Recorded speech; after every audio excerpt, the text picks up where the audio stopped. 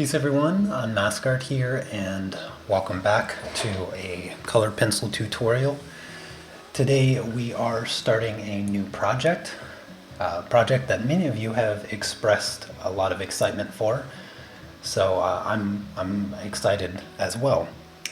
So this project, as I mentioned in Tuesday's Pastel tutorial, at the end of that, I mentioned a few different things about this project. First thing is I did not give you line art and I did not give you a color chart for a few reasons. First off, I wanted you to use the grid tutorial to create your own line art for this project. Since the line art is relatively simple for this, you basically just have a profile of a face to draw and one hand. Everything else is you don't have to be exact on, so the line art should be relatively easy for you to create using the gridding method. And then also, since this is a fantasy piece, the colors you choose, they don't have a high priority for it to look good. Really, you just want to focus on getting that good contrast and just some bright colors, so you have a lot of free range there with your color palette as well. And then also, as you can see, I'm working on the toned gray paper. This paper specifically, as far as toned paper goes, this is by far my favorite. It is the Strathmore Multimedia Toned Gray paper. I think it's 300 GSM. It's really thick, just awesome paper to work on. But yeah, so anyways, I'm going to get started. And the reason I mentioned that I don't recommend trying this project on white paper is because a lot of it has kind of a glowing look to it, as you can see from the reference photo, for those of you that have the reference photo. And we're going to start with our white pencil. So that's going to be the first way that I approach this project is essentially, if you can see my line art, it's just graphite line art right now. I'm going to try to get rid of that graphite line art and replace it with my white. And so that's going to be step one, just kind of redrawing it by replacing the lines with white. Hello everyone. Yes, so also I wanted to mention, so first off, you can see that I have a face camera now. I figured it'd be nice to add the face camera back. I haven't done it in a while, and so I thought that would be kind of nice. And also, for those of you that don't subscribe to me over on Patreon, this is usually a Patreon-only tutorial, but considering the global events going on right now, I just wanted to open up all of my private Patreon live streams to everyone that comes over to my channel and whatnot.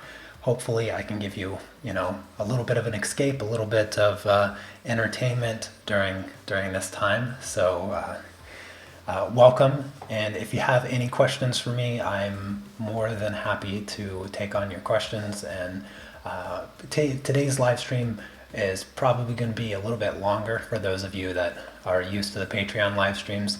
I usually keep it around an hour, but depending on how many of you hang out and ask questions, I could be streaming for a relatively long period of time. So welcome everyone.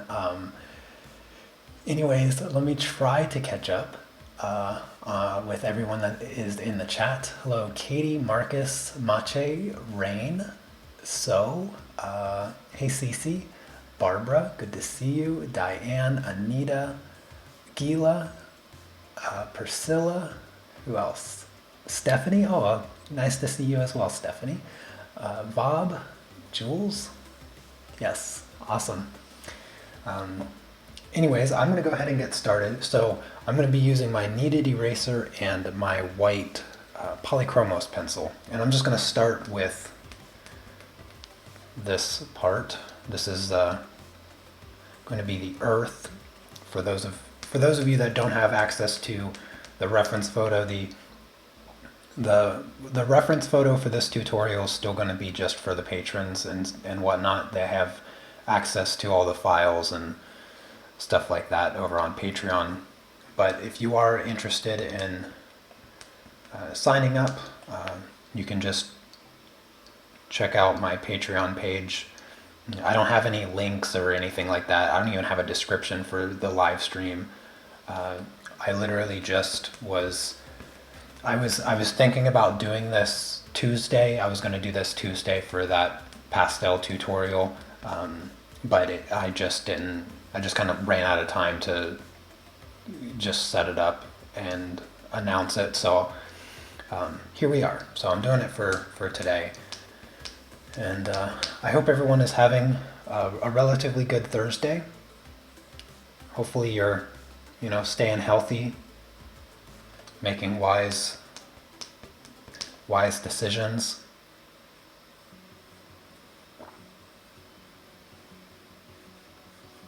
So I'm basically just going to be starting off with white. I do have a few colors put to the side here that hopefully I'll get to. And my goal is to just replace the graphite right now with the white pencil, just to cement the subject into the paper a little bit and start creating a little bit of a glow. Now, if you want to do a black background, what I would recommend is maybe using ink. You could use black ink, and you could just paint the black on there with black ink. As far as using black paper, you could also do that. You're gonna get, no matter how black the paper comes, it's always going to be more of a shade of gray than black. I think you'll get a darker, richer color if you use ink on this paper as opposed to using black paper. But you could also use black paper if you wanted to, and the approach would be the same.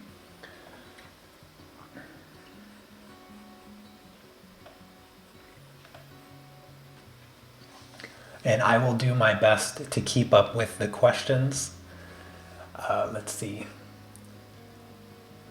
Didn't get to ordering the paper. What size? So the size of this paper, if I'm not mistaken, is 20 by 30 centimeters, which is right around like 12/14 by 17, somewhere around there. I have the pack of papers over in my drawer over there, but yeah, it's a decent sized paper. It's at least 14 by 17.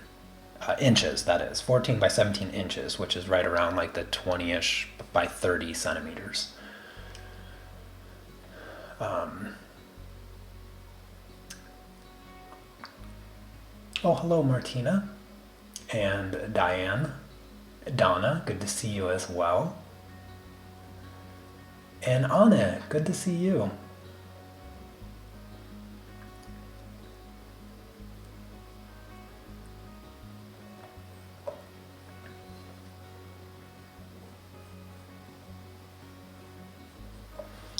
All right, so that part is done. I'm going to do her face now.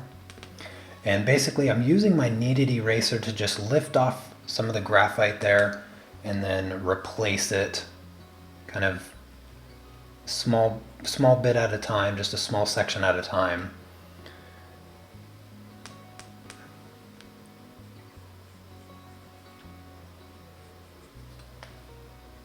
Because the effect, so for those of you that don't have the reference photo in front of you, the effect that I'm trying to create here is, so essentially this character here, she's like holding up the earth, like this is going to be the earth, and she's kind of holding it up, and of course the earth reflects a lot of light, so it has this kind of glowing orb look.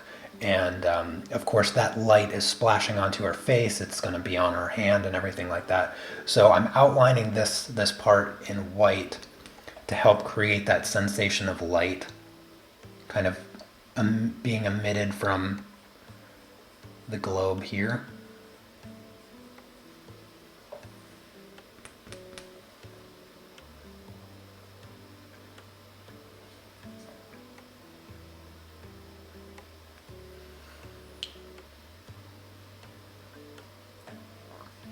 Yes, if you go smaller with the paper, it does mean that you have a limitation on the level of detail that you can get. If using my hand as reference, you know, her head is about the size of my palm. Same thing with the earth and all of that. So I drew it as large as I could on this piece of paper because I wanted to spend some time on this project. I really liked the concept that I kind of came up with here, and yeah, just I intend on putting a bit of time into this project.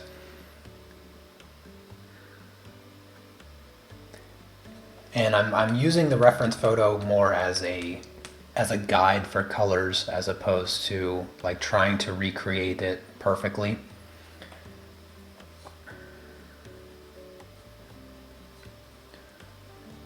The paper, so the paper I'm using is Strathmore Multimedia Toned Gray.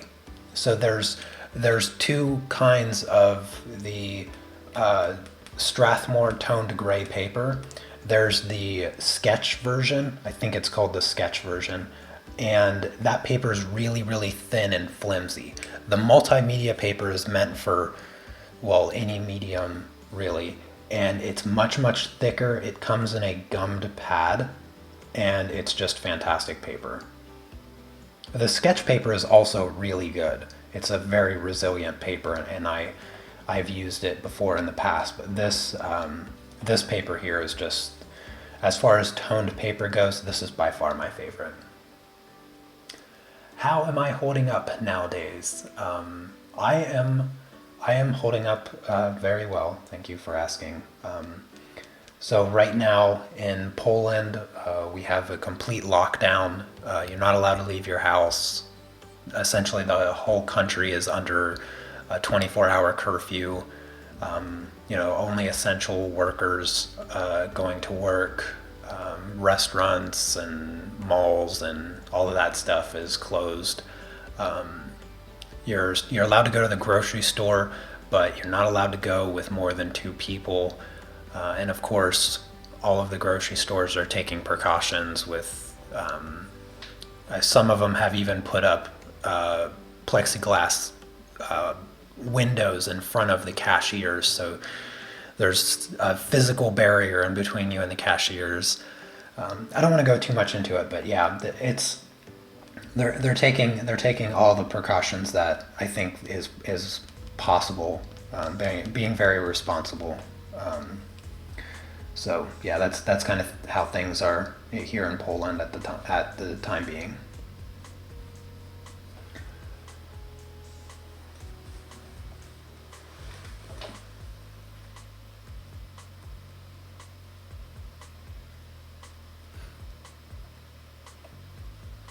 How many layers you need to reach this level?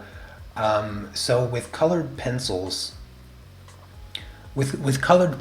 I'd say if you want a very realistic level of work, then you're going to want a minimum of 5 layers. You're not going to go less than 5 layers, and there's a slight complication in answering that question and giving you an exact number, because what one person calls a layer, another person might not. And usually it's more about feeling of how many layers you put on than actually than a physical way of counting. And so usually I consider the first layer as somewhat of a foundation of color, where you're mapping out a little bit of the shadows, a little bit of the highlights, and you're just kind of laying out the color a little bit.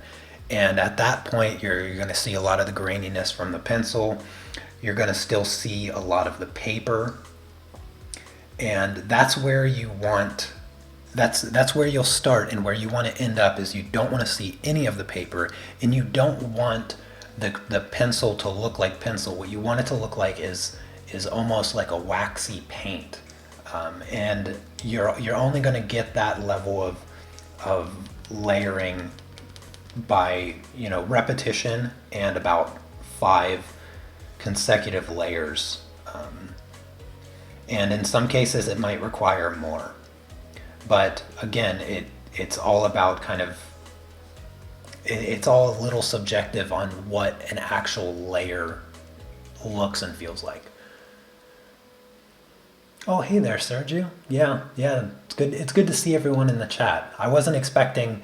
I wasn't sure how many people to expect to show up because I didn't like publicly announce that I was going to be live streaming today with any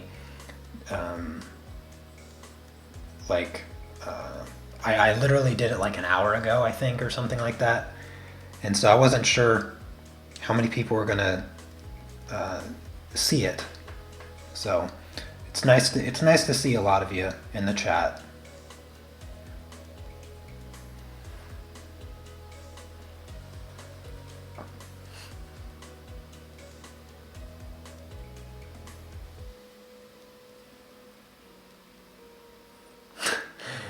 Yeah, I can sense your sarcasm on it.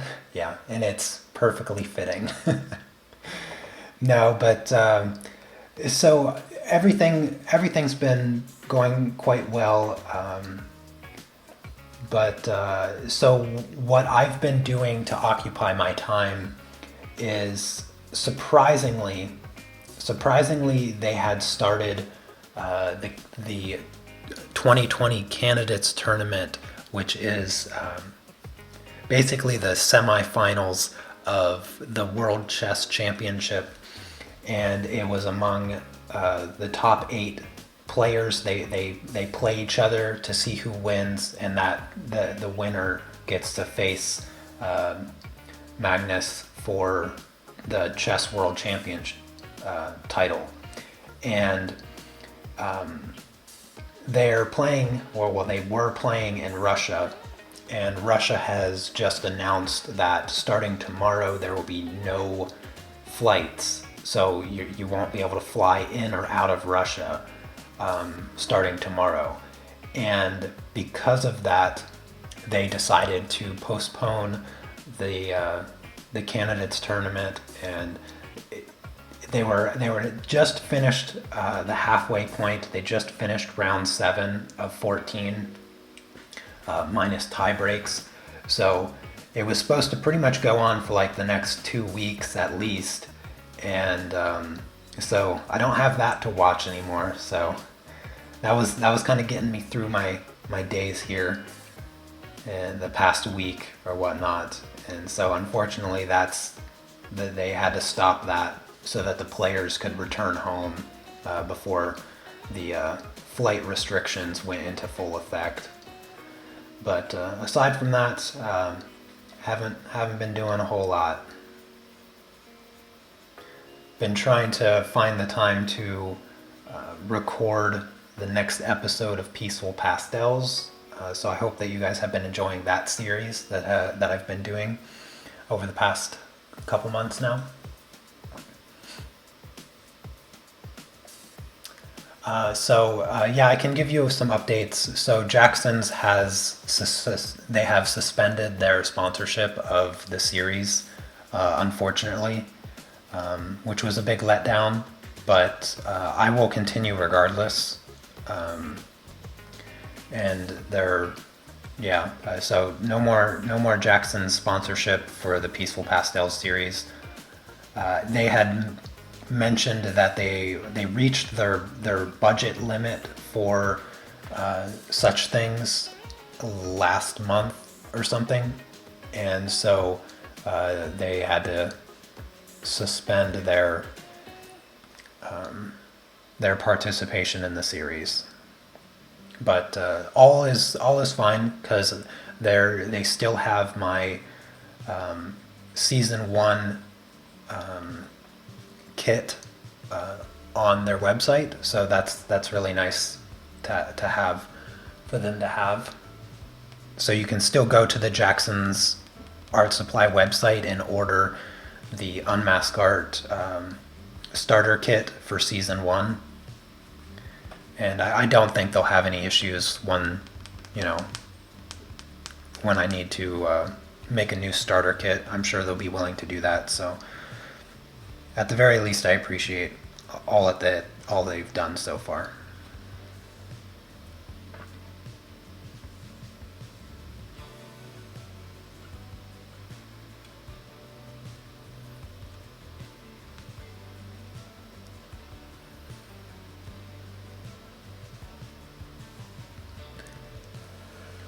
Oh goodness, trying to remember how to pronounce the name. I know it's. I'm not even gonna try. I'm trying to remember what you said to James. I think you said that some people call you James. Yes, it has been a long time. It's good to see you. I'd rather not try to pronounce your name and then just say it wrong. Oh, hey there, Catrice. Good to see you as well. And anybody else that I might have missed coming into the chat, I'm super glad you're here. And if you guys have any questions for me, I never get enough questions. I say that pretty much every live stream, but it is the truth. I love answering questions. So I'm almost done replacing the line art here with my white pencil. And then once I do that, I think I'll move on to, I'm not sure actually. I think I'll move on to kind of filling in a little bit of the details on the earth there floating. Yeah, so I just wanted to outline those things with the white. And I'm going to put that eraser aside.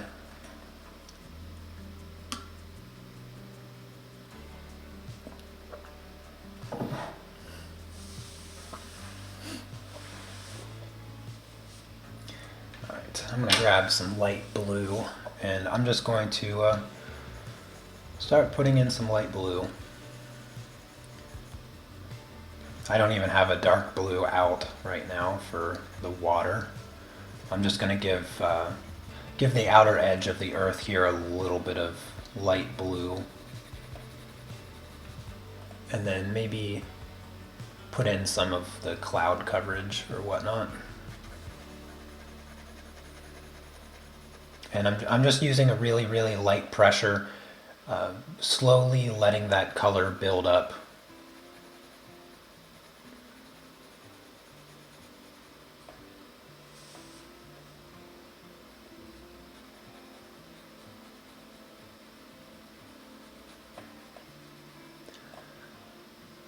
It took me a long time to draw her with the grid method, but I do appreciate that you didn't provide line art. Forced me to try, and I liked it. Awesome. I'm glad to hear that, Rain.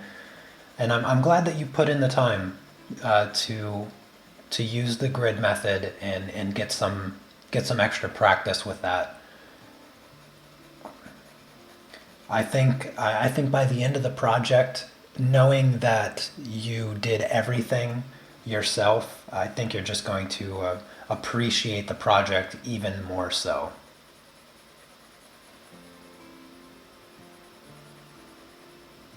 So good for you.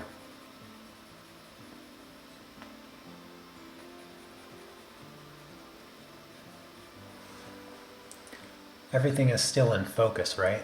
Okay. Just wanted to double check.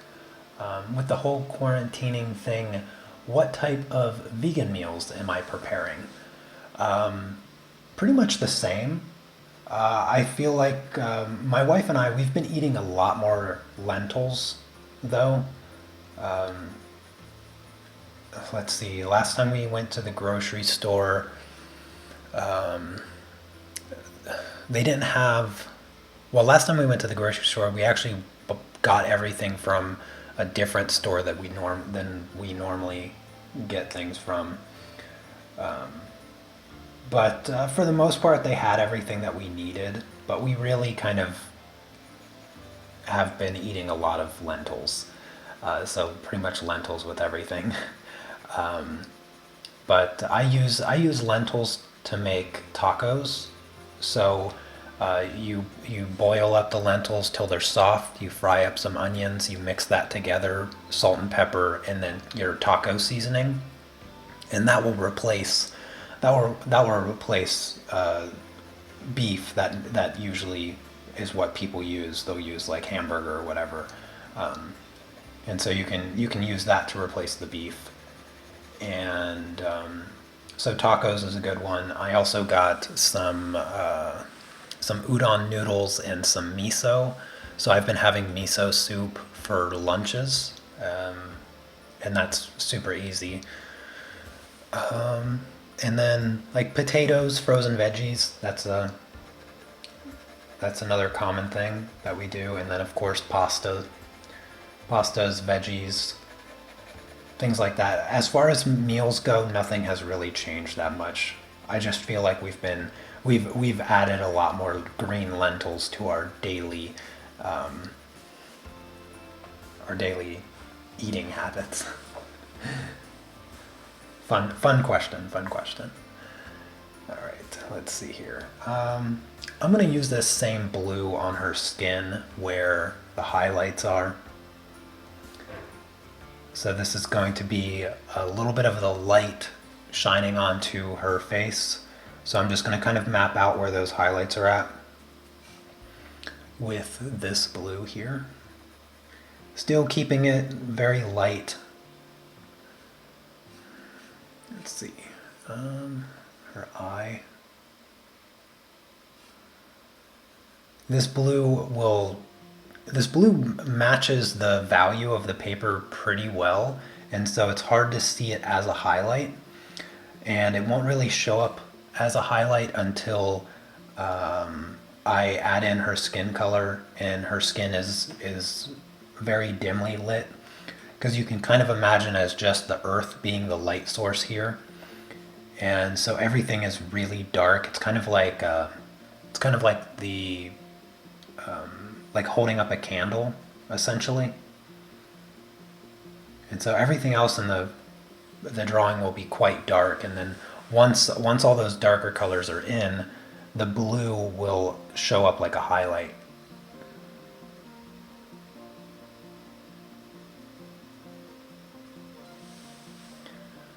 The paper I'm using, so the paper is the Strathmore Multimedia Toned Gray.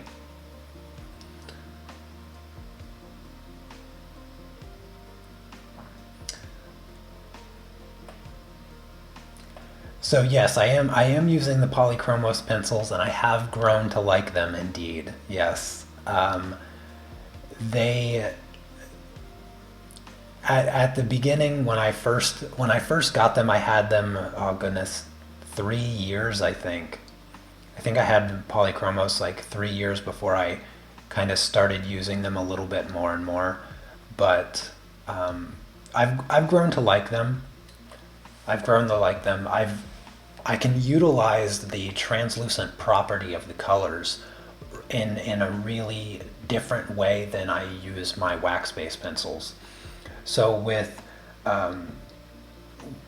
blending, I actually just use a paper blender, and I really like this method. It gives me a unique sense of control that you don't have with the softer wax-based pencils, and that's because for one, you can sharpen the Polychromos to a much finer tip and really get into small spots much easier as compared to the softer wax-based ones. And so that's something that I really like, and I have just kind of grown to really enjoy working with these pencils. And even though I still predominantly use my Prismacolors, I definitely enjoy using these pencils nowadays as well, which I didn't think was going to ever happen, but I gave them another chance. And they just, I think I gave them an honest first real shot. about 8 or 9 months ago or something like that. And I was like, okay, now I understand why people like these pencils. Because the technique does differ quite a bit between these pencils and the wax-based pencils. At least for me, it does. And I would say that taking the time to adapt my technique a little bit is what allowed me to like these pencils. Have I ever done hyperrealism with Prismas? No, I have not. I've only ever done hyperrealism with Polychromos, and I only ever did it one time. I've only ever attempted hyperrealism one time ever in my life, and that was like 8 months ago, when I challenged myself to do it. I was, I came across I came across an artist that was doing hyperrealism, and he was also using Polychromos, if I'm not mistaken. I think he was using Polychromos. I'm not 100% sure. But it just got me thinking. I was like, I've never truly given it a real test. Like, I've always had a theoretical understanding of the possibility of doing hyperrealism. Like, I understand what goes into it. There's, when once you gain enough experience blending and mixing colors and all of that, you kind of you get to this level of understanding where you know that it's possible, you understand how it's possible, but whether or not you choose to do it, that's really where it comes down to. And so just seeing his work kind of inspired me to test it out myself, and I think I even exceeded my own expectations, because I was a little I guess there was always a little bit of doubt in my mind on whether or not I was truly capable of doing hyper photorealism or whatnot. But I think that I accomplished it quite well, and I'm pleased with the results that I was able to get from it.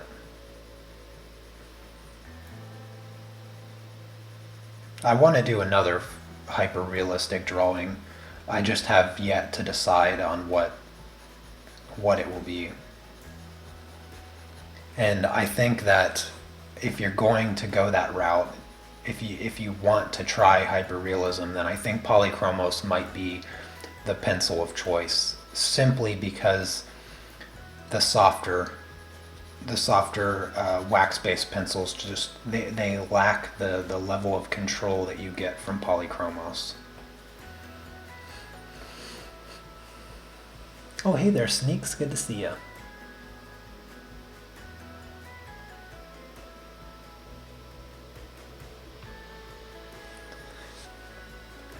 I'm gonna have to look that person up, Sergio. Fenella Volgar. How do you spell it? Fenella. Okay. I'm gonna look up a picture.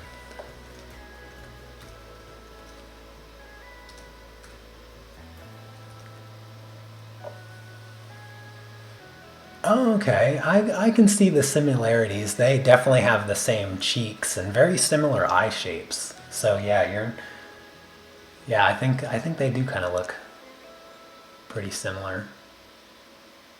Yeah. I like her red hair. She has like a reddish blonde hair. But she has very blue eyes. My wife does not. My wife doesn't. My wife is like one of 4 Polish people that doesn't have blue eyes. Almost everybody I see around, well, I don't see anybody around now, but almost everybody I've always noticed that they have blue eyes in Poland. Very, very common. But my wife has green eyes. Greenish eyes. They're like a greenish gray. They're just like a mix. eye color is so complex.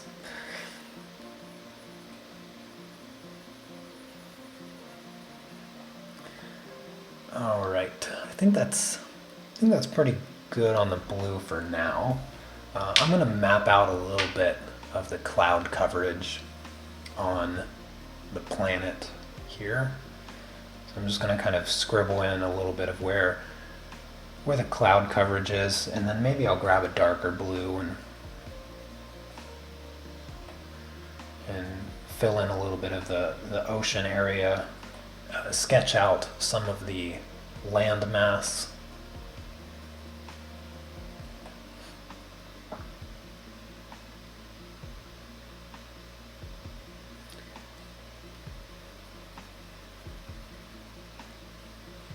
Actually, Sneaks, I'm gonna have to disagree with you there. I don't think that photorealism. I don't think that photorealism really shows off a skill set. I think what it shows off is a level of patience, because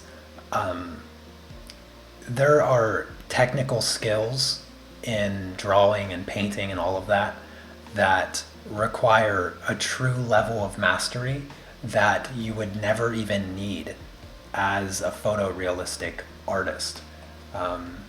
And so I think the real testament to photorealism is just a level of patience the artist is willing to go in order to recreate things in such a photorealistic manner. Because you actually don't need a lot of technique in creating photorealism. You just need to be able to recreate what you see. You just need to understand how to replicate that. And a lot of people, if you spend enough time attempting to replicate something, then you'll end up doing it. And that's the same thing with photorealism. You spend enough time on one small section of any particular drawing or painting or whatever, eventually you'll get it to look the way that it's meant to look. It might take you, 1,000 hours, but at the end of the day, it's the measure of patience rather than skill.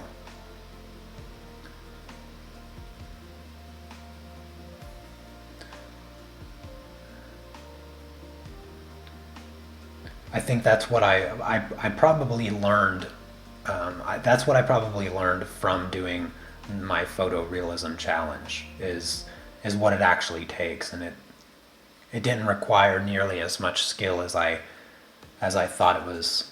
Doing something, I think, in comparison to some of my other works, I would say doing something that has a little bit more of like a loose style, I find to be so much more challenging, because when it comes to creating something that has a looser style to it, you have far less room for fixing mistakes.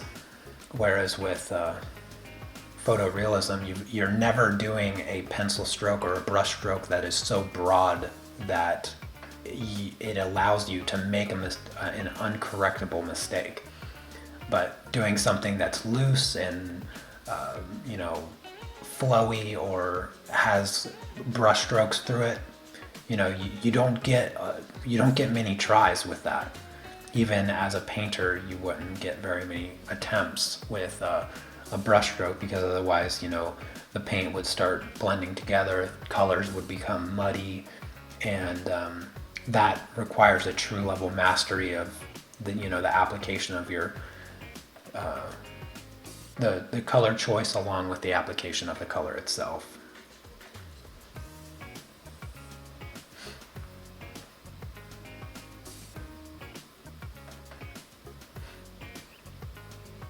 Oh, hey there, Stacy.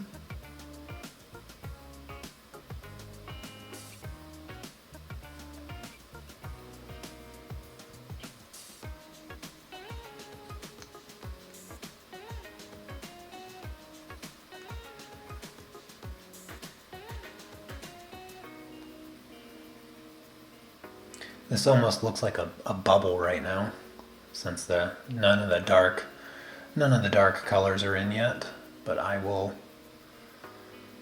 try to get some of the dark blue in here and some of the landmass. Oh, there's some cloud coverage up here.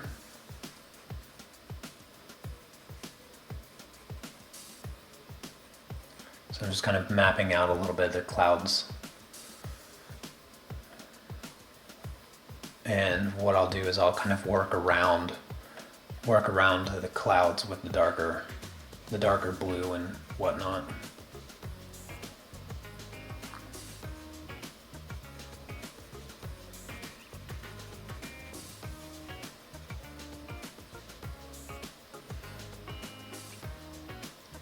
Oh, hey there, Sandra. Good to see you.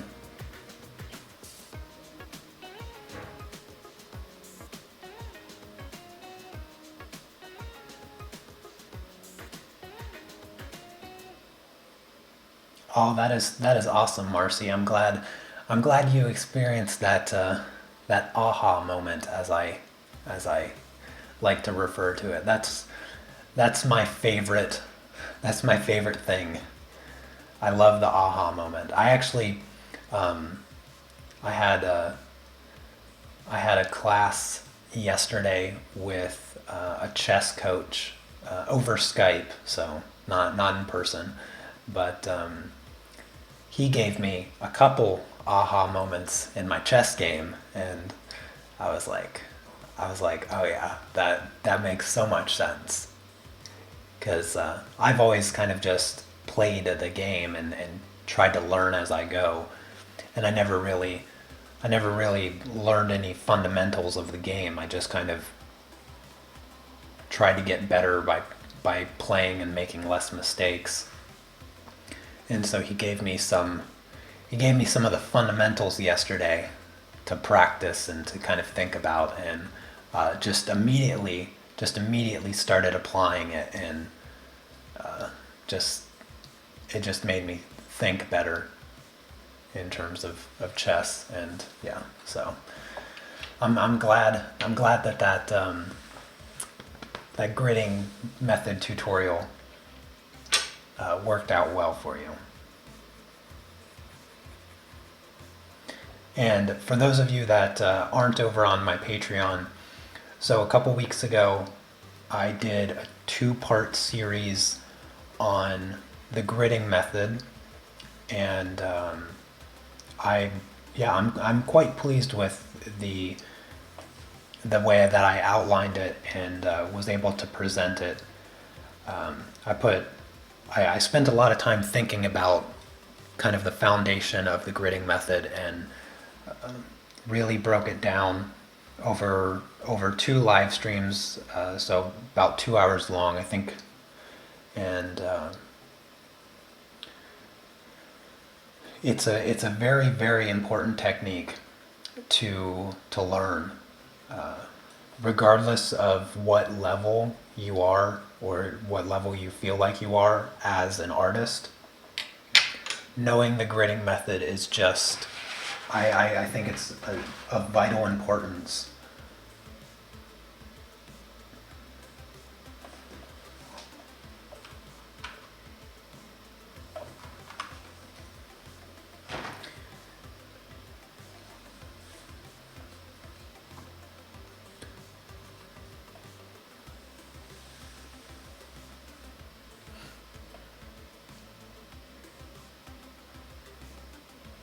So I'm going to use this darker blue to kind of map out the edge of some of the landmass here.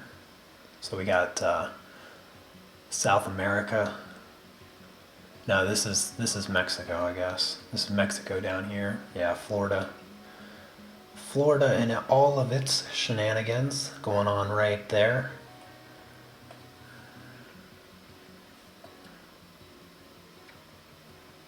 And then South America, Brazil down here.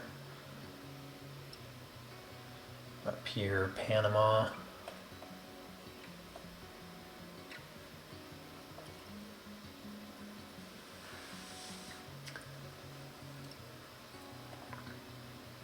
Yeah, perspective is also one of those really important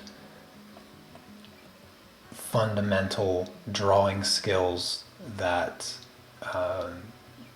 just mastering that is a really important thing to do as well. If you want to paint landscapes, you have to have a very good foundational understanding of perspective so that you don't mess up the perspective in your landscapes. And a lot of people overlook that, you know, when you're putting in a river, or you have like trees in the back, and then you want trees to kind of like come forward a little bit. You have to understand how perspective is controlling all of those things in order to have really good composition in your landscapes and all of that. And so learning 2 point, 1 point, 2 point, not so much 3 point, but definitely understanding 1 point and 2 point perspective is just vital to being successful in those areas.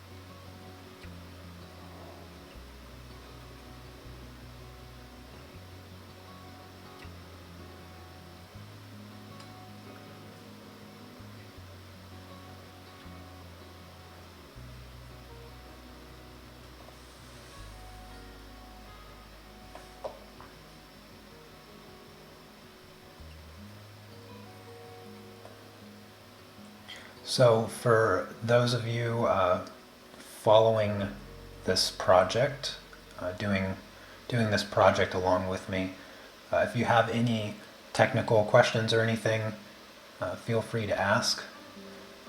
So the way that I'm applying these colors here, kind of mapping out the landmass, all of this area is going to be dark blue, so I'm kind of skipping that because I can just fill that in relatively quickly.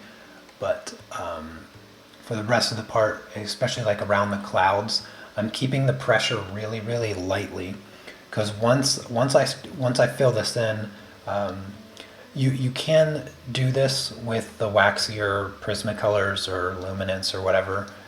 You can use the blending tool, the paper blending tool. Now it's not going to work as well with those waxier pencils, but you can see I can smooth out all of those grainy, all of that grainy texture. And then also this will blend really well into the other colors. So the white and the lighter blue will also blend in there. And I'm not, even though the darker parts of the water here of the planet are really, really dark, don't try to get that contrast in a single layer. You're going to want to build up that color over a series of layering, and that way the parts where you have the cloud coverage over the planet and over the water, you don't have like really harsh, sharp lines. You can get, you know, a little bit of this blue right up against the clouds, and then you can smooth out the grainy pencil, and then you can keep applying colors, and you'll have that smooth transition. It'll make your clouds look a little bit softer.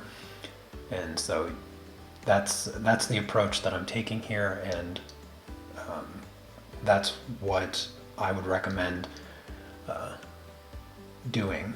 Trying not to go too dark too quickly. I feel like that's a very common mistake that people could make. It's all about patience when it comes to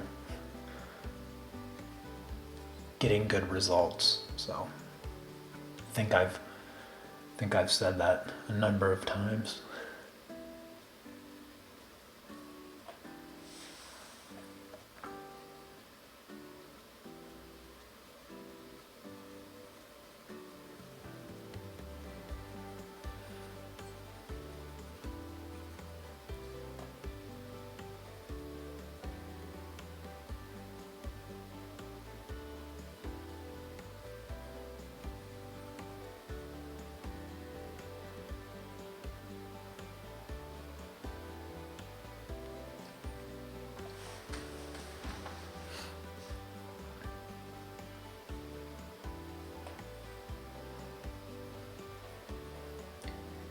The next live stream, by the way, will be on Tuesday. For those of you not on Patreon, it'll be part 4. Yeah, part 4 of a pastel tutorial of landscape / architecture. I'm working from one of my own photos, and it is a picture of Wawel Castle here in Poland, in Krakow. So that's what we'll be working on Tuesday. That tutorial will also be public. So for the foreseeable future, all of my Patreon tutorials will be public here on YouTube. So all of you lovely people are free to join and hang out and ask questions and follow along if you wish. Like I said, the reference photos and all of that will still be Patreon exclusive, but the live streams themselves will be public. So you're always more than welcome to come by and hang out and chat and hopefully pass the time a little bit better.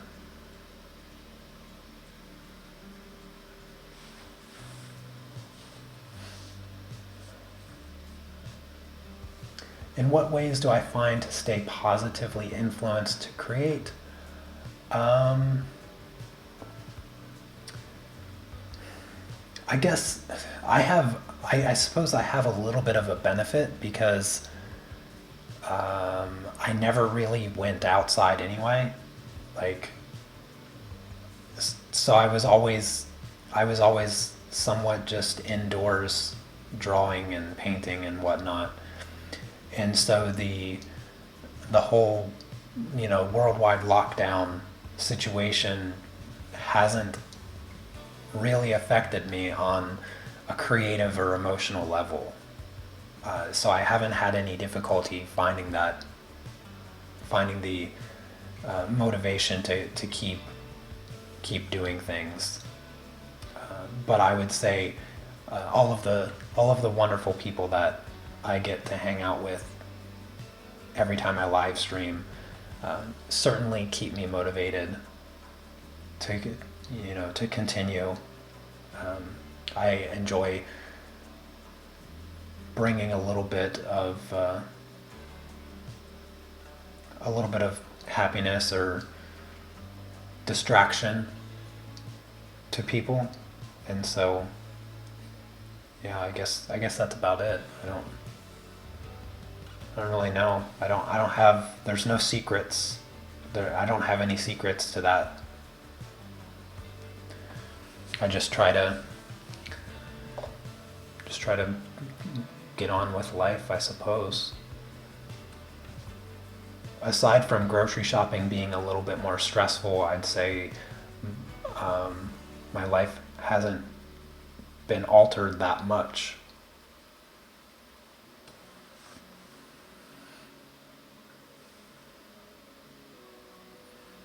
Oh, you're very welcome, Yulia. Very, very welcome. I'm glad to see you in the chat.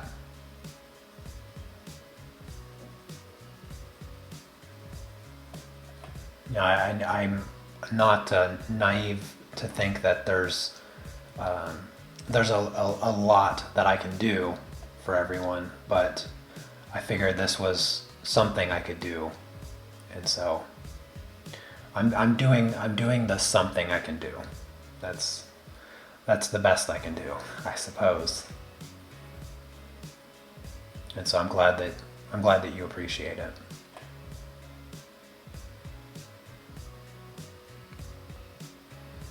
You can start to see the earth taking shape here, but hopefully you can also see how slowly I am darkening the colors. Like everything's, nothing's very dark at this point. So going very slow, very methodically, just kind of working around. So I when I applied the white, I just kind of scribbled a little bit. I wasn't trying to draw anything precise with the white, more as a guide for where I can avoid applying my dark blue here. And then once I kind of have the water filled in a little bit better, I'll use my paper blender to smooth it out a little bit, and then we can start applying more layers. And back to the question, I forget who asked it about how many layers or whatnot you should be considering. I would say that once I apply this and I smooth it out with the blender, that's one layer. That I would call that one layer. I've just kind of mapped out a little bit of the colors and the shapes and the details, and I would call that one layer. So I'd say 5, 6 more, and you'll be pretty close to where you need to be in order for it to look as good as you want it to.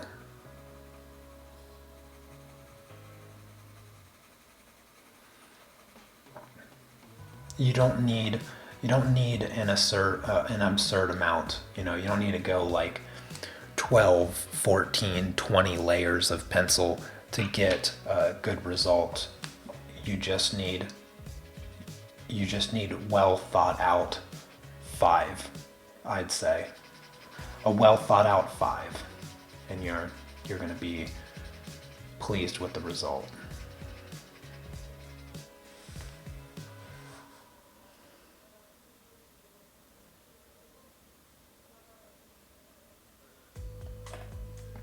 So the paper, the paper that I'm using is Strathmore Multimedia Toned Gray, and I am currently using Polychromos colored pencils. And if you're wondering about this paper blender, there is absolutely nothing special about this. I got a pack of like 40 of these of various sizes off Amazon about 6 years ago, and they were the cheapest ones that I could buy. So there's nothing special about these blenders. And if you're wondering how I clean them or I sharpen them, I use sandpaper for that. So you can see it has a lot of blue on it now since I've been blending out the blue. And obviously I wouldn't want that color contaminating, like a yellow or something. So I just take sandpaper and sand it, and I always pull it like this. So kind of sharpening it like a knife or whatever.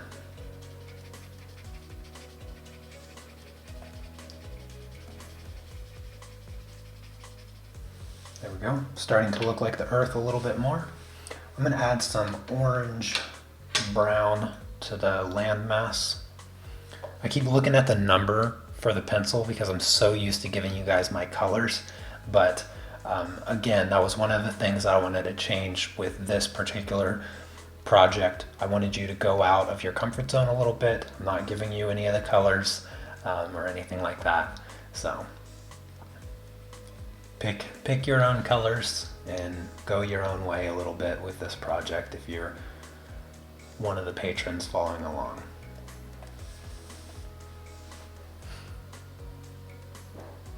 Oh, hey there, Andrea.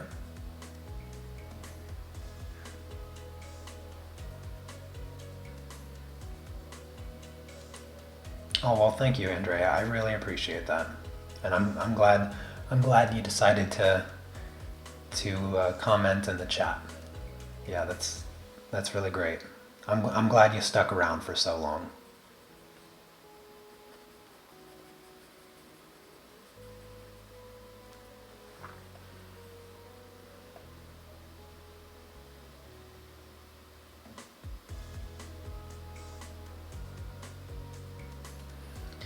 You're absolutely welcome, Sneaks.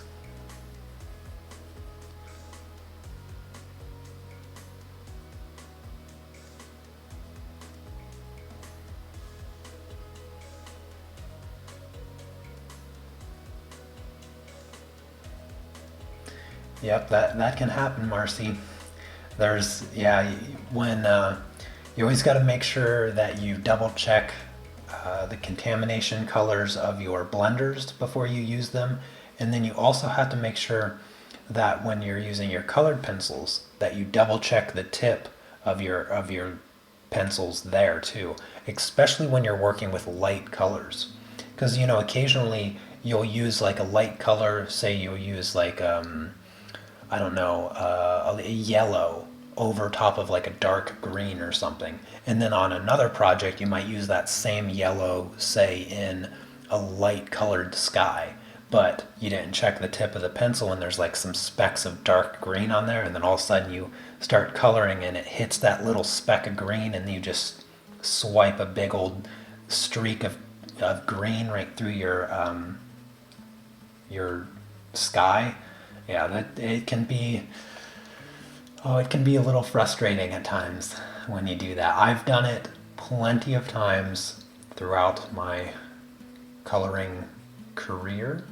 Can I call it a coloring career? I don't know what to call it. My coloring lifespan, I guess. But yeah, you gotta be a little cautious with that. All right, I'm gonna do that, and then I'm gonna grab a green here. Let's see.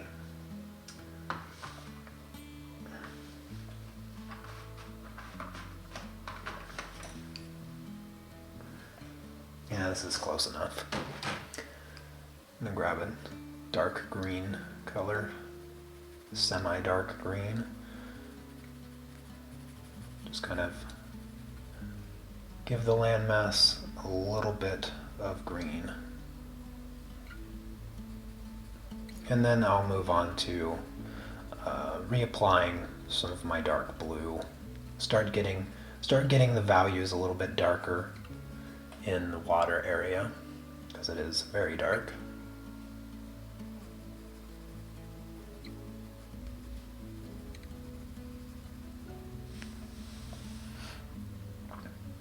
Do I ever use blending pencils? Yes, actually I do.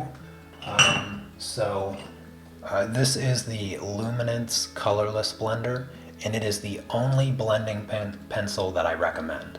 I really like this pencil. Anytime I do like a portrait or like anything with eyes, I really like to use that to smooth and blend shiny things or translucent things like eyeballs. It's really great for that. But with those colorless blenders, you also have to make sure that you have an adequate amount of pigment on the paper before you start, burnishing it with the colorless blender, because it is quite difficult to apply color over top of the colorless blender. So you always want to make sure that you have enough color laid down before you use it. I would say 3 to 4 layers of color before you just start utilizing that colorless blender.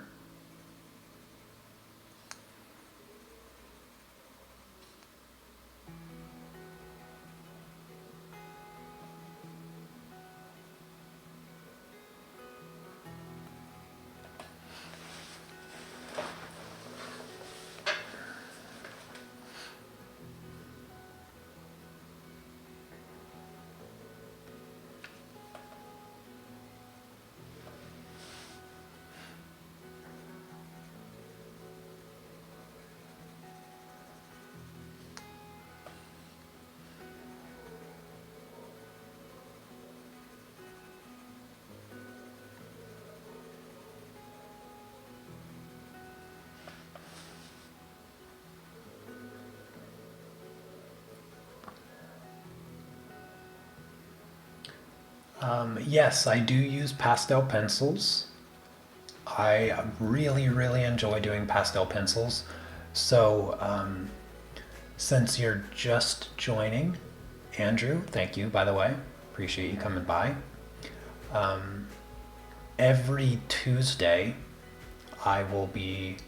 Every Tuesday, I do a pastel tutorial. Every Thursday, I do a colored pencil tutorial. And the pastel tutorials usually almost always has a combination of both soft pastels and the use of pastel pencils. And since I'll be doing my Patreon live streams publicly for some time, I imagine. Next Tuesday, if you join in, I'll be using my Carvathello pastel pencils to continue on a project that we started a few weeks ago. The first 3 parts are on Patreon right now.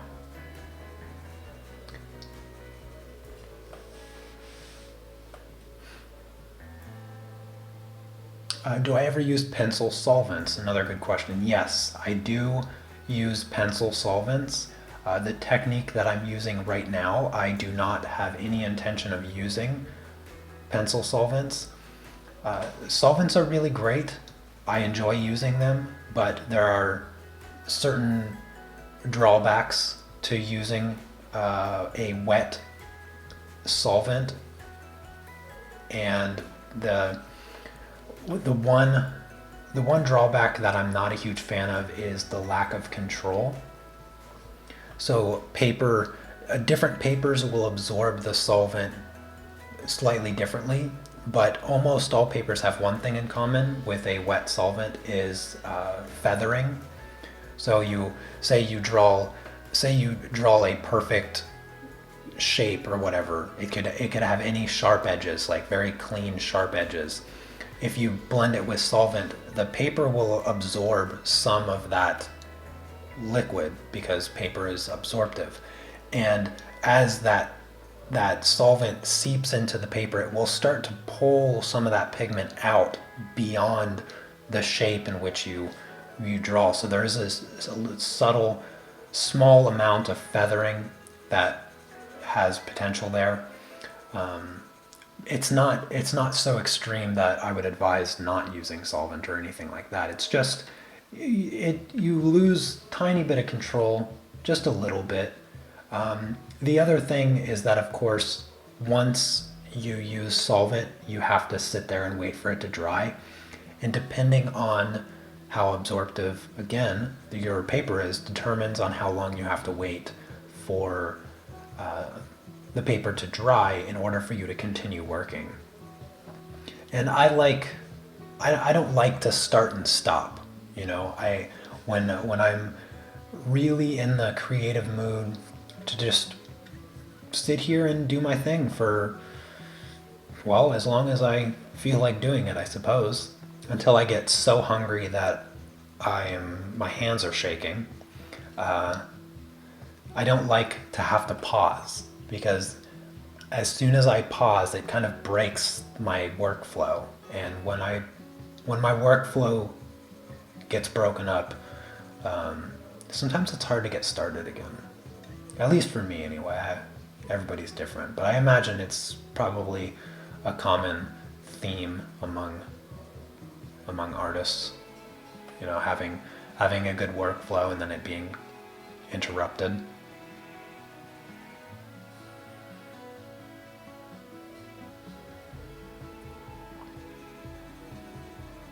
Appreciate the questions, by the way. Yeah, I always say I never get enough questions.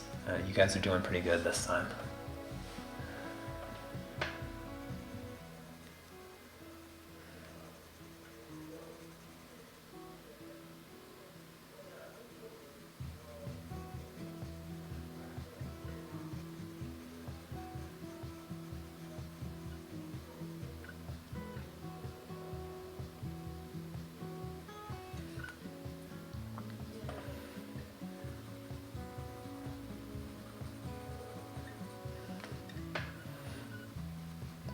getting a little bit more value into my blue here, certainly making the earth look more earth-like.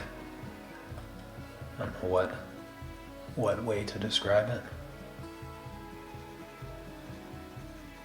but a few more layers, I think, and probably a touch of black. Actually, probably add a little bit of black into the water to really get it rich and dark, but only a little bit of black, and then I'll go right over top of it with some more blue so that I don't lose the saturation. Have I ever tried to draw on very fine sandpaper? Yes, absolutely, I have.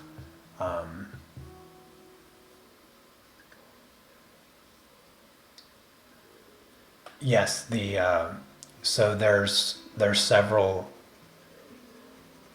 several brands of sandpaper, and they are totally counterintuitive to people that haven't tried either pastels or colored pencils.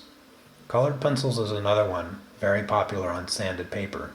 Well, sandpaper and sanded paper are two different types of paper. One is a literal sandpaper, the other is a somewhat gessoed, not necessarily gesso, but a textured paper that has been sanded.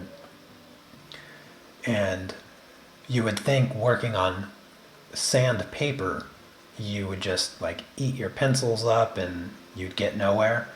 No, working on sandpaper is fantastic with colored pencils and pastels, actually.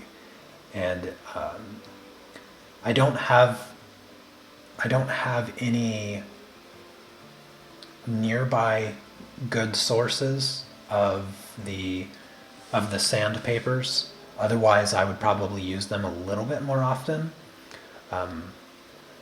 Jackson's Art Supply is where I usually get all of my supplies from. And the last time that I checked, this was some time ago though, the last time that I checked, they didn't sell them as like packs or whatever. I had to order them like in larger sheets, which are really, really inconvenient to pay for shipping because the boxes are so huge. And so every time I would buy that paper, it'd cost a lot in shipping, and it would essentially double the price. I'd be spending 15 pounds on one single sheet of paper, and then I have to spend 10 more pounds to have it shipped here. And I was like, it's not really cost effective. But yeah, sandpaper is really great, and I do highly recommend trying it. You can test out both sanded paper and sandpaper. You get very, very similar results between both of them. A very popular choice is the Clairefontaine Pastel Mat. That is a sanded paper, so it has a nice uniform texture to it. And then a good friend of mine, Aliona Nicholson, she just at the end of last year, she just put out her paper that she's been working on for a few years now, called Lux Archival. That paper is fantastic. That is also, if I'm not mistaken, that is also a sanded paper, but I could be wrong there. But it's a really great paper as well, and it has by far that one would be the best for colored pencils for sure, because it has such a subtle uniform texture that you don't get the same kind of unevenness that you get on other sanded papers or sandpapers.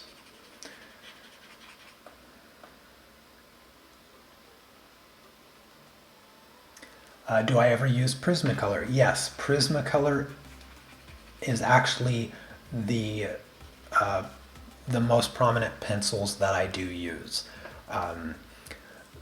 Because of this tutorial here, so this colored pencil tutorial here is a little bit different than most of my other colored pencil tutorials on Patreon right now, because usually I always supply you with line art. So the line art that you see on my paper right now, I give you a digital version of that line art so that you can just have that line art. You don't have to, guess at what my line art looks like. You have that before I start the project. And then I also give you, of course, the reference photo, but I make a digital color chart. So I go through and I pick out the important key base colors of the project, usually around like 12 to 17 colors. And then I'll have those colors listed with the Luminance, Prismacolor, and Polychromos equivalency to that color. That way, no matter what pencil set you have, you can follow the tutorial. And then I always use the Prismacolor with my projects on there, because anytime somebody asks me like, I want to get into colored pencils, what pencils should I buy? Every single time I always say, get the full set of Prismacolor. There is no reason to get any other pencils, because if you like colored pencils, then the full set of Prismacolors will take you from absolute beginner to the most advanced that you can ever be, and you will never have to use any other pencil. Only once you reach that like pinnacle will I think that it would be any benefit at all for you to start adding different brands into your collection. I used, actually, when I started colored pencils, I started 6 years ago. Yeah, it was 6 years ago. Actually, almost exactly 6 years ago is when I started using colored pencils. And the very first set that I had was not even the full set of Prismacolors. It was actually the 72 set of Prismacolors. And I still have that. I still have those pencils over there. And that set lasted me 3 years, I think.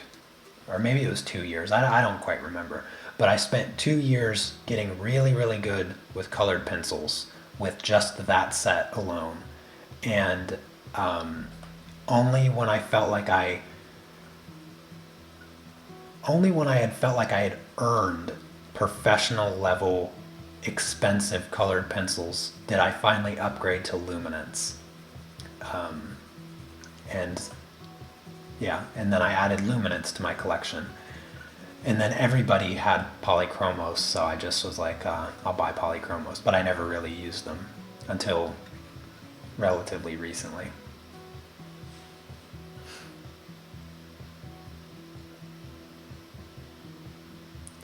Do I use Fixative on my pastel paintings? No, I do not.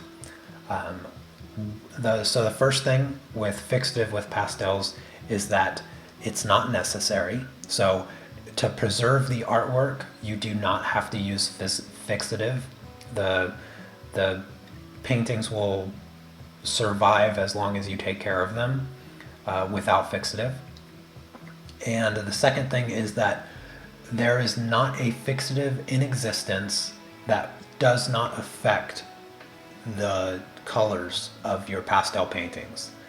And I've come across a lot of people that, that use fixative that say what they do is they just adjust their colors while working with the medium in order to compensate for the color changes that happen, that occur with the fixative. I'm not interested in doing that. And then the second thing is the velvety texture that you get from pastels is my favorite texture. I love that powdery, velvety, smooth look. And I don't want that to change. And that will change as soon as you put a wet medium over top of it. It will no longer have that look. It will look different. And I'm not interested in that. And that's actually that is the big reason that I don't mix pastels with colored pencils. So that's been a really, really common thing over the past couple years. People using pastels for like backgrounds and like larger areas that they don't want to use colored pencils to fill in. I just can't do it. I can't bring myself to do it because I love the consistency of texture, and to mix the kind of wet, waxy look of colored pencils into pastels, I just can't do it. Can't bring myself to do it. It has to be consistent, or I just can't look at it. So it's a weird pet peeve, but it's just, I can't do it otherwise. Let's see. Oh, hi there, Jose. I use both Prismacolor and Polychromos, and also Luminance. Let's see. I'm trying not to miss anybody's questions. So if I happen to miss your question, don't feel like I was ignoring you. I might have just not seen it. And feel free to ask it as many times as you need to in order for me to see it, because I don't ignore anybody's question on purpose anyway.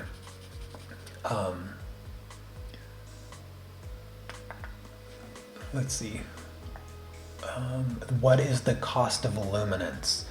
So I'm not sure about what the price is right now, but I know when I bought my full set of Luminance, which I think they have 76 or 74, I always get that mixed up.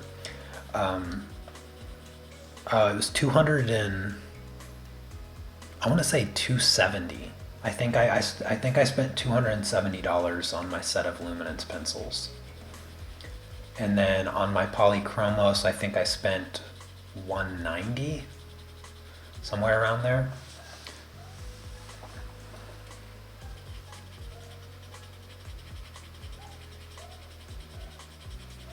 So yeah, they're up there in price.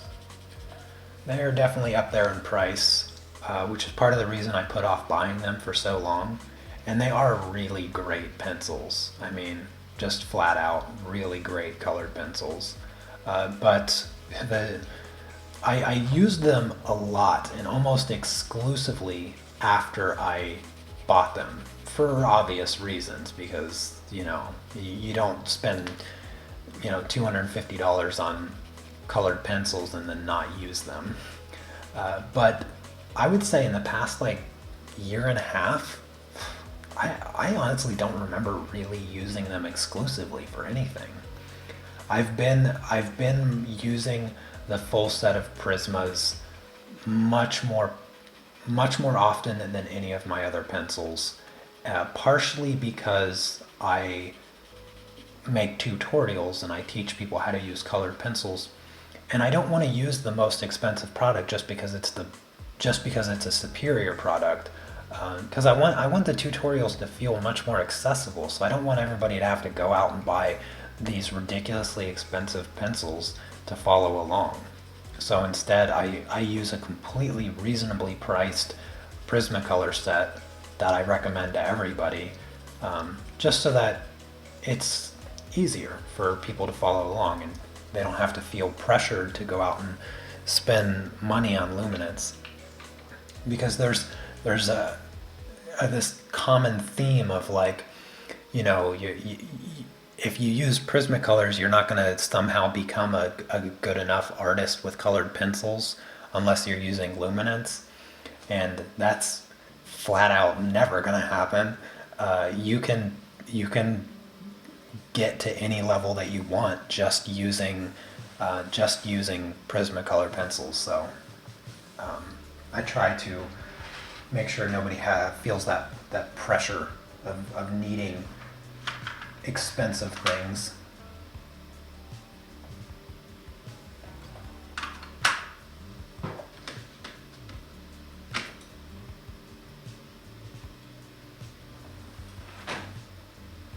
if you excuse me for 1 second, I'm going to sharpen my pencil, and my pencil sharpener is quite loud.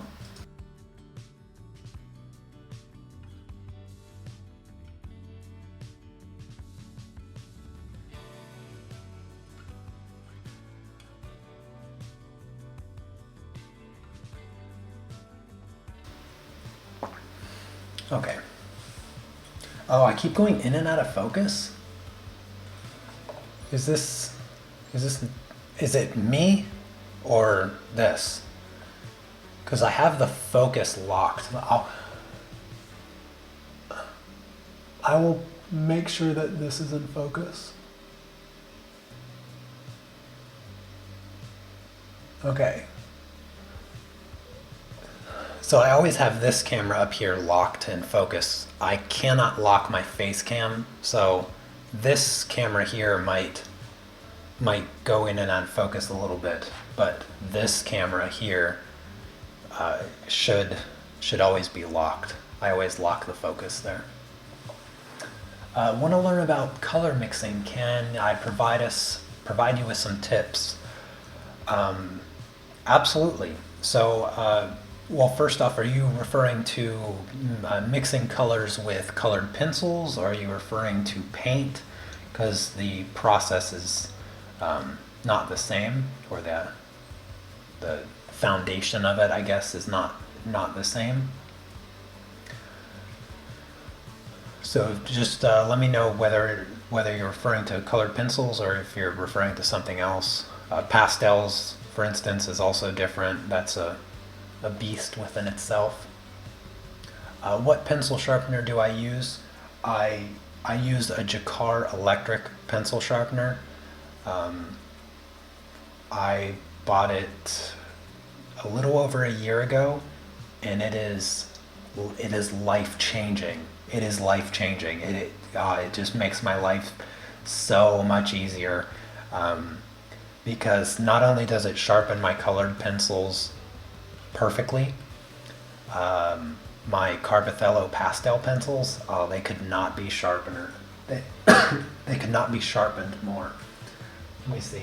Yeah, here's a good example. This is the Carbothello pastel pencil, and if you've never used pastel pencils before, you don't understand why this is so impressive. I think I even have sharpened, like, even sharper ones. Yeah, look how sharp that yellow is. Yeah. So those are pastel pencils, and I get them that sharp consistently, never breaking. I honestly don't remember the last time I broke a pastel pencil sharpening it, and I haven't changed that blade in over a year. I've sharpened easily 5,000 pencils over the past year, easily, because I own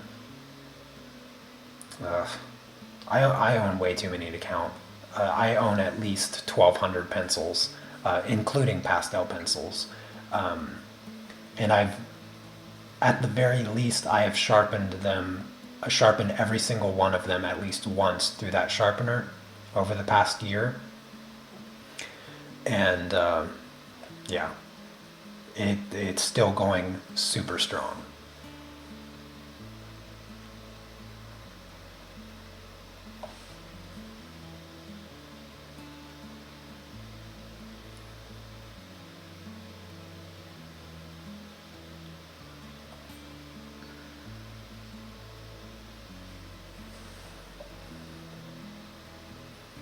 Now I'm using a darker blue here in my water, and I'm going to start building up some of the contrast on my earth here.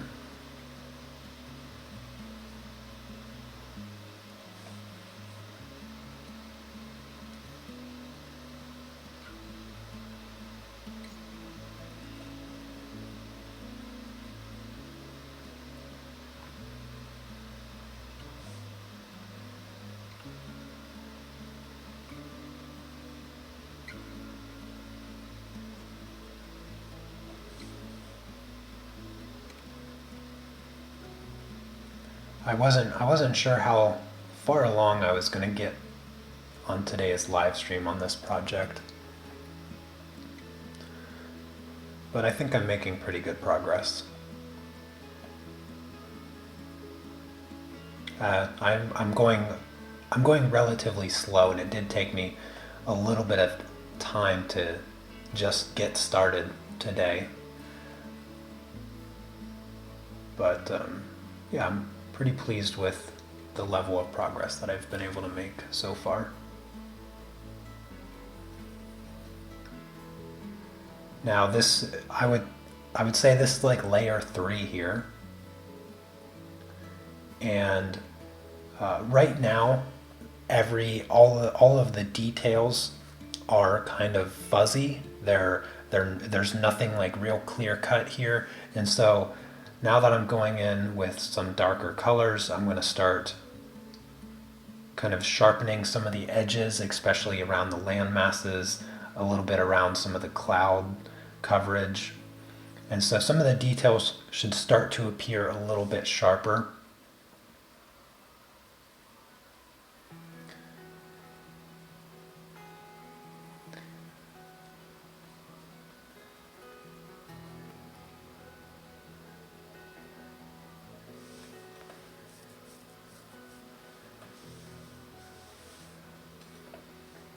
Oh, losing connection.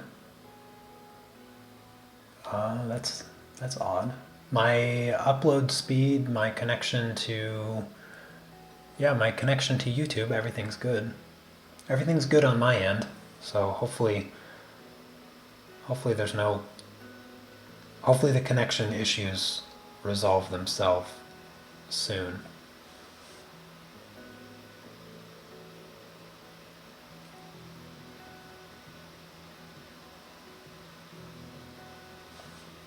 Maybe my connection was a little choppy there. I don't know, 30 seconds, 60 seconds ago or something. Because there is a delay between the chat and myself. So perhaps I had a connection issue briefly.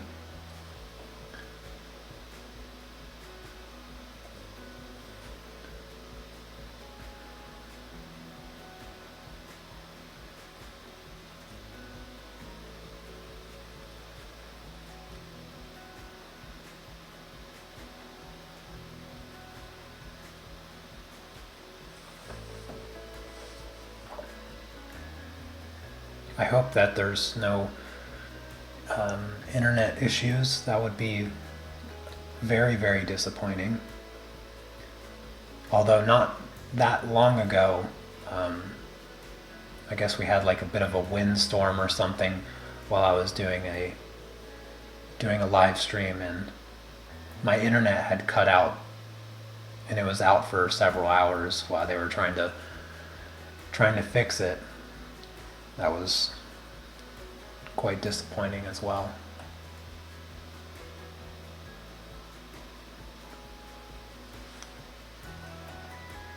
Oh no, did I lose everyone? Am I still streaming okay? It worries me sometimes when the chat stops and I don't see any new messages.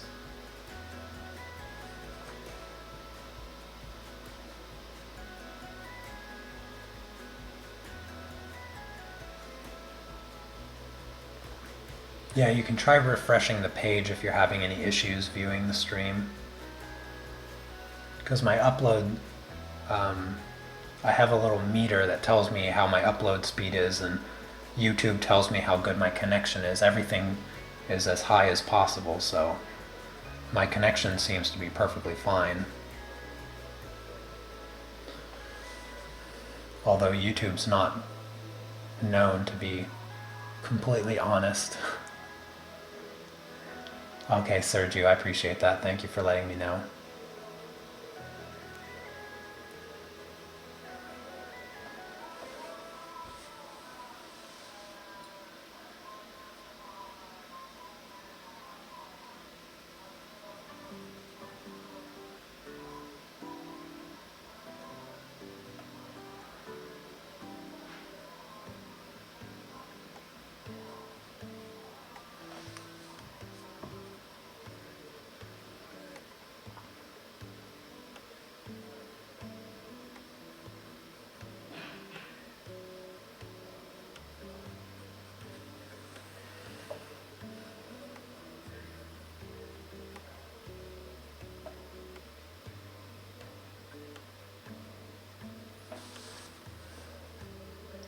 So my goal here with the earth is not like photorealism or anything like that, but I definitely want to get the values right. I want to get enough detail in it that, you know, it really looks like the earth.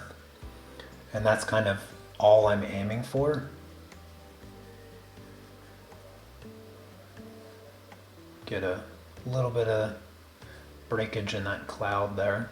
That cloud is kind of swirling into a circle, hurricane-like clouds do often. There's always a tropical storm somewhere.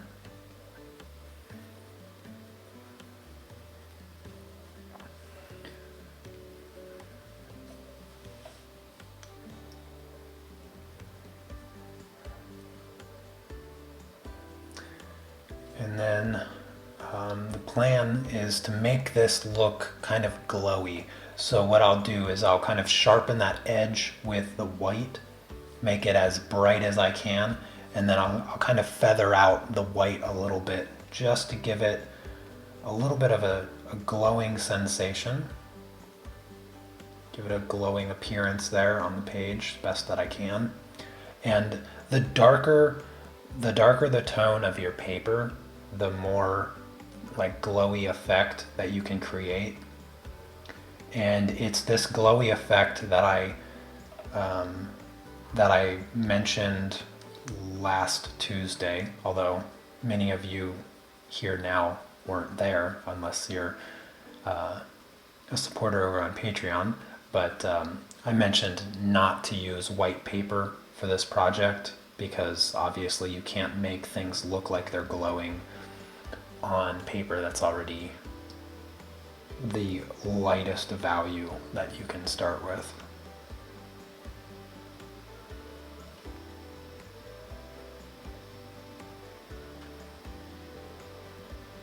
So because I had that intention is why I urged you not to use white paper for this project.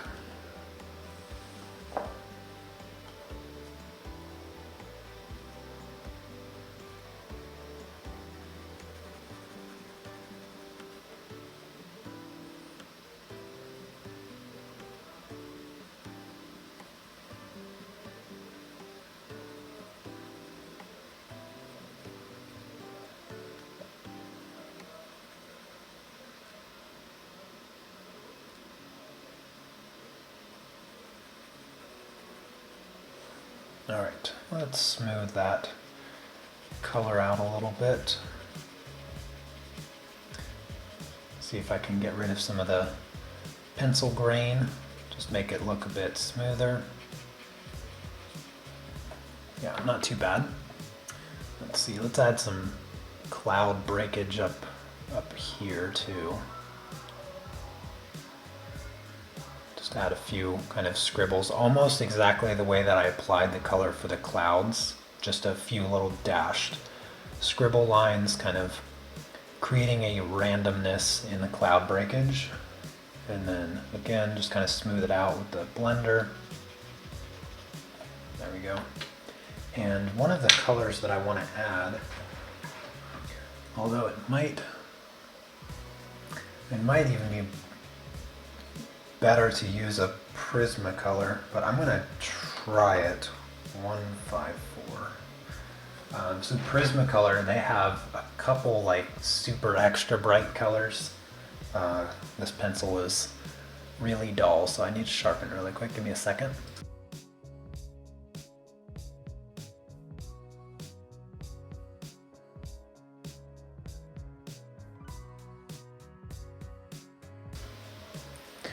But yeah, as I was saying, Prismacolor, there's a few like almost neon type colors.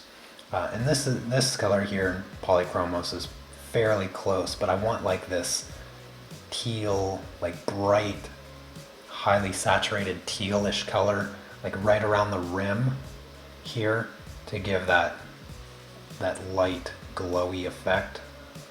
So I'll use this color here around the edge and then some of the white to help create that neon glow type effect. this color should be bright enough, saturated enough to do it, so. Help give it that earth glow.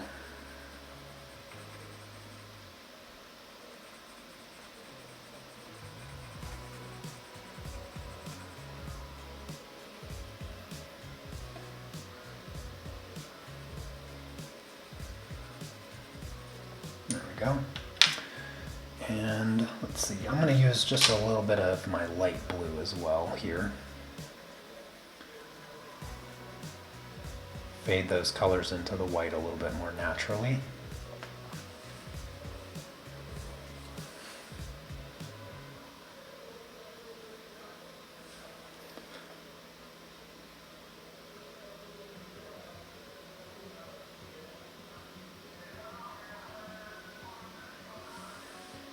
I hope the stream didn't drop. You guys are awfully quiet in the chat now.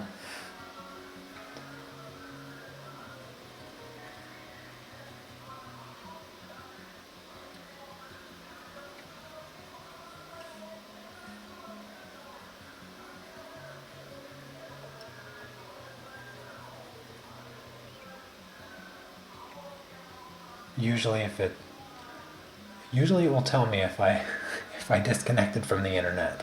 So hopefully I'm not streaming to myself right now. All right. I'm just about done anyway for the day. I'm going to use my white pencil now to just keep layering that edge on right there, just make it super extra bright. And this part of the edge will be the absolute brightest part, and the light, the glow that comes off of it should just be a little bit like not as bright as this edge. So this edge should be the brightest part. Kind of think of it as being like the center of the light bulb or whatever. And hopefully this will give the earth a nice glow. And then it's that glow that is shining onto her face and on her arm and all of that.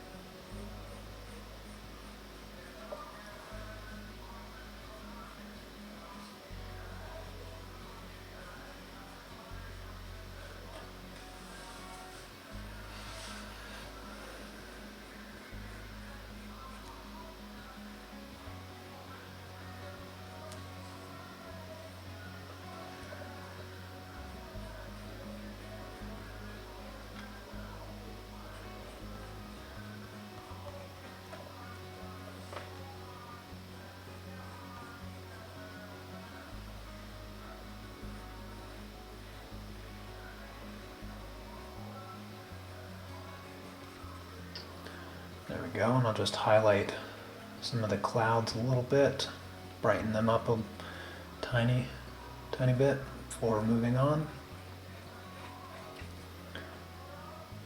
I think I can darken the water a little bit more as well.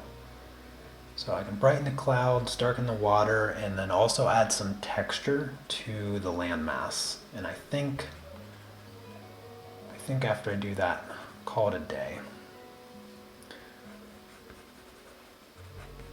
So I'll just kind of get the earth done here. I think that looks pretty good. I'm gonna grab black, and oh wow, it's about time I replace my black pencil. It's getting kind of small here. So I need a pencil extender.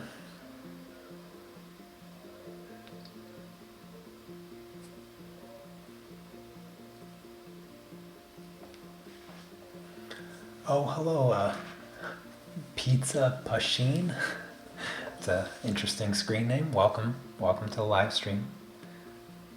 So I'm going to use a little bit of black to just get those values in the water real nice and dark.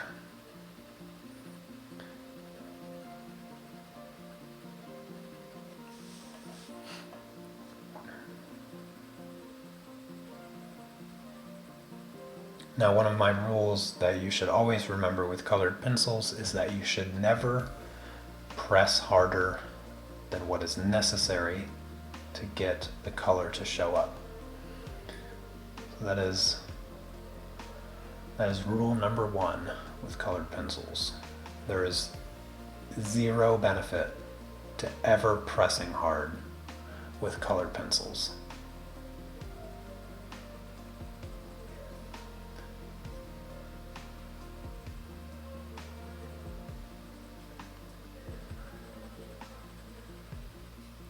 I think I might even add another blue to my water here. See if I have something, maybe a tiny bit more purplish blue, like just to give it a bit more depth. Sometimes you just got to mix all your blues together to get the deepest, darkest blue.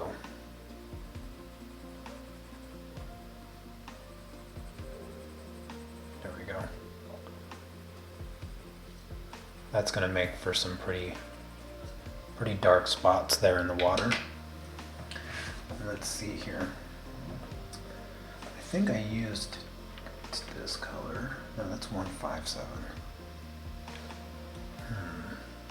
Yeah, I think I'm going to go for like a purple, just a straight up purple color.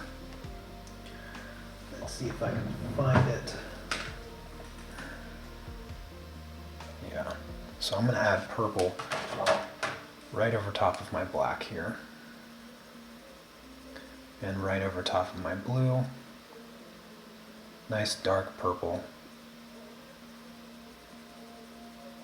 And that should hopefully give me the tone that I'm looking for in the water. One thing, you don't want to leave the black as the last layer. You don't want the water to actually be black. You just want it to be really dark, close to the color black.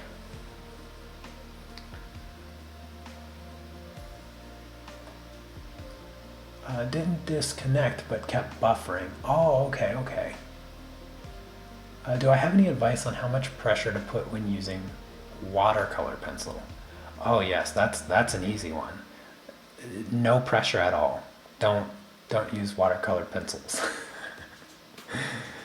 No, to be honest with you, if I were to say anything, it would just be total conjecture.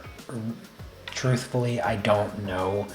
With watercolor pencils, I haven't used them very much, and personally, I'm not much of a fan of them. At least at this point in time, I'm not much a fan of them. I mean, I used to be not a fan of Polychromos pencils at all, but now I really enjoy using them. But I haven't gotten to that point with watercolor pencils, and so I can't say. Honestly, though, it's probably not any different. From my experience using watercolor pencils, I don't think that there is a difference in the pressure or the amount of pressure used for application purposes. And I would say that the same rule applies. So you don't ever need to add more pressure than what's necessary for the colors to show up. And anything beyond that, I think, would probably just be unreasonable.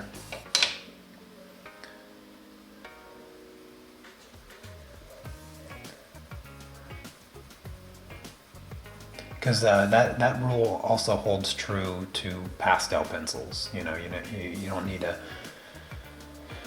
press hard with pastel pencils either. So it's pretty much a universal rule among anything that is in the shape of a pencil.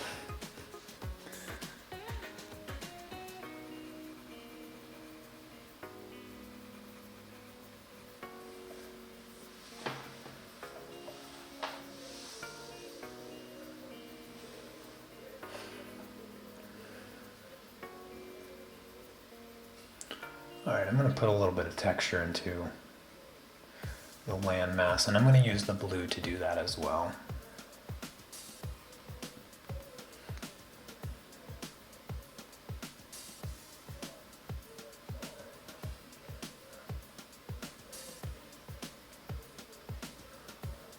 You can use some darker brown, maybe a little bit of black also, if you wanted to, in the landmass. I'm gonna use some of the green also. Darken up some of the green area. Kind of just use all of my colors. I do have a brown here, a darker brown, so I'll use some of that. Just get a good mix of colors also in the landmass. That way it doesn't look too flat in comparison to all the blues that you use in the water.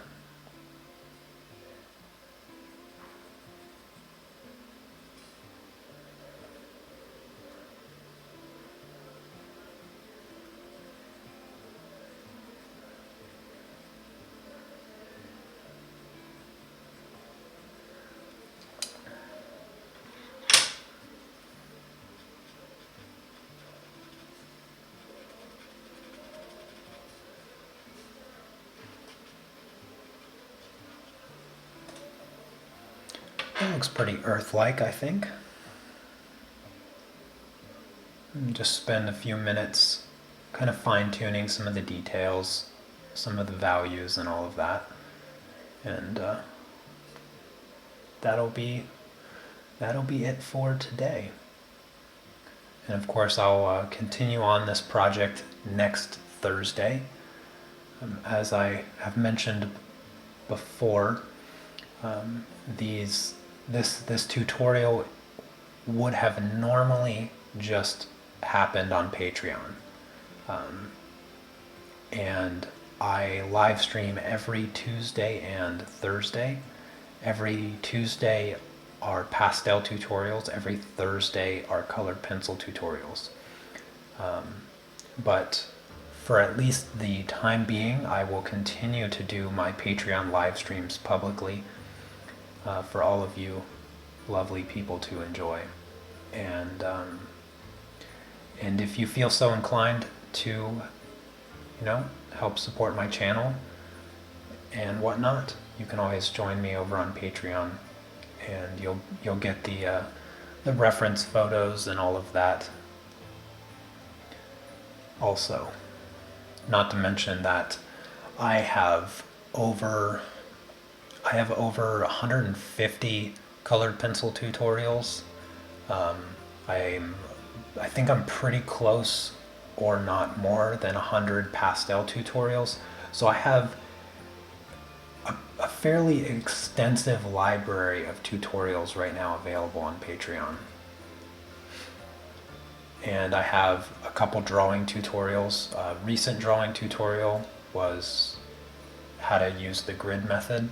So that was a 2-part series that I recently did. That's available over there. But yeah, if you just want to come by and hang out for these live streams as long as they last, you can do that too. No pressure at all. Just wanted to give you guys something to watch on your Thursdays and Tuesdays if things are slow for you. So I hope that you enjoy them regardless.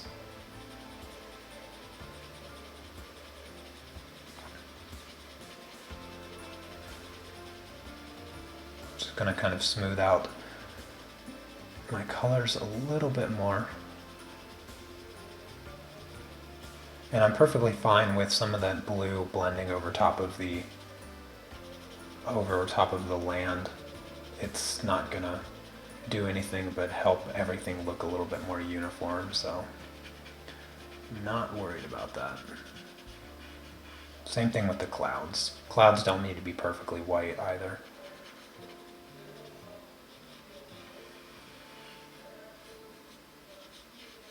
There we go. And one last thing that I'm going to do is I'm going to take my white pencil. Now, I'm going to make sure that I don't have any color on the tip of my pencil, so I'm just going to take my the tip and kind of just make sure that there's no blue, because I was using it within the blue and stuff, and I don't want any color there. Do I have a brush? I usually have a paintbrush that I use to wipe off pencil dust, but I'm just going to really lightly start applying some of the white outside and give it just a tiny bit of a glow. So I'm going to just do this really, really slowly to avoid like the pencil grain texture. So just slowly build this up and give the earth a bit of a glow, an outer glow.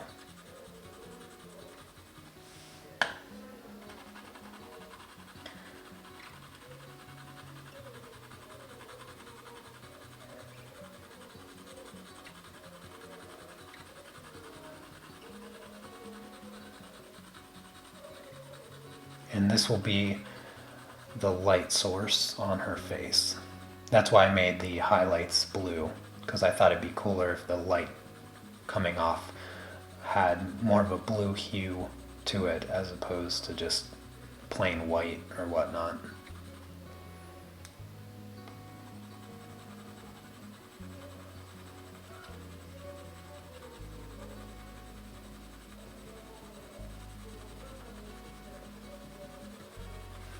Had I known that I was going to spend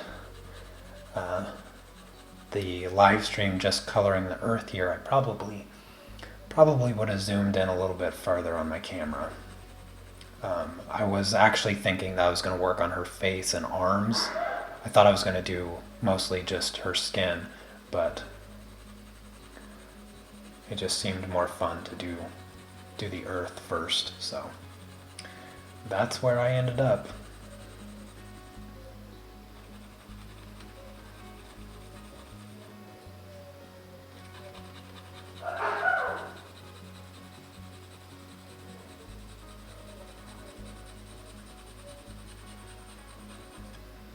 So I want the white to kind of dissipate into the paper, slowly just kind of fade away.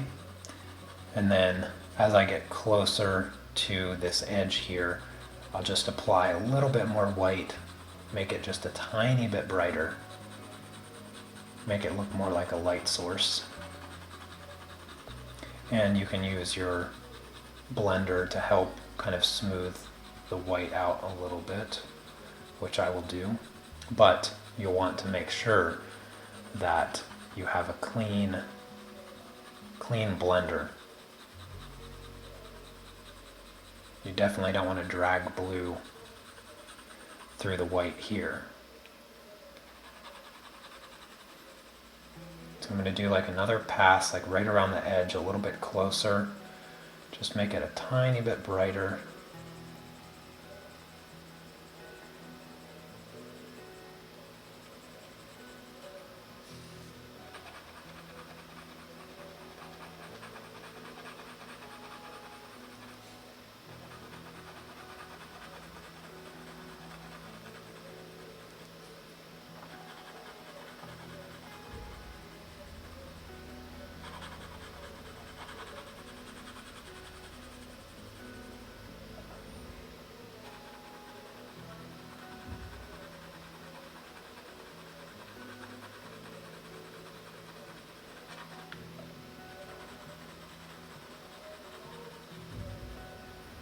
There we go.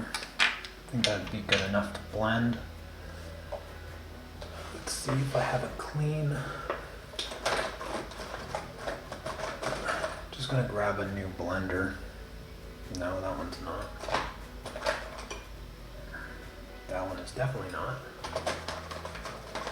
I have like a million of these things.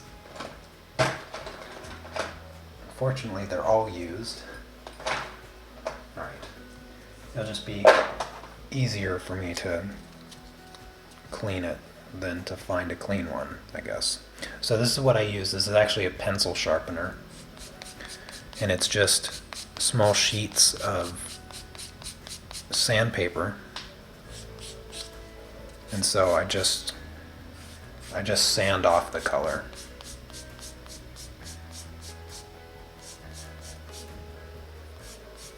Get it as clean as I can.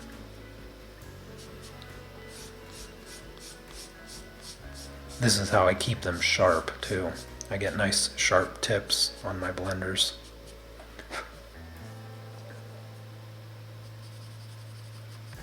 Yeah, that seems fine. And I'll just kind of soften the white.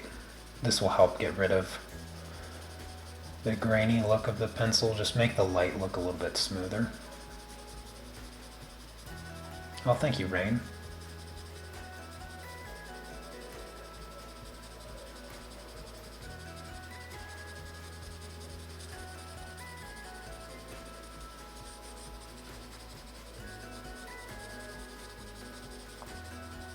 There we go. That makes that white, that glow look quite a bit smoother. Much more ambient looking. All right. So that does it for today. I'll zoom in a little bit.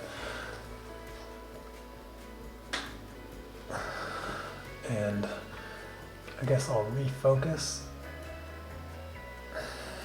Let me just move this drawing to the side a little bit. Maybe like that.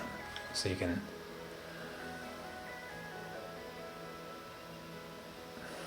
maybe see it. There you go.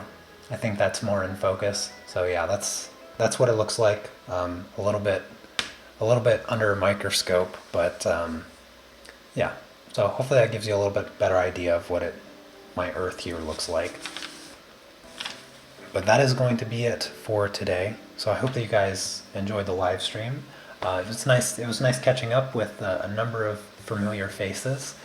And yeah, like I said, I'll be back on Tuesday and we'll be continuing a pastel project, part 4 actually of that project. And yeah, I hope everybody has a fantastic rest of your Thursday and Friday. Have a good and safe, healthy weekend, and I'll see you on Tuesday. Take care. Peace.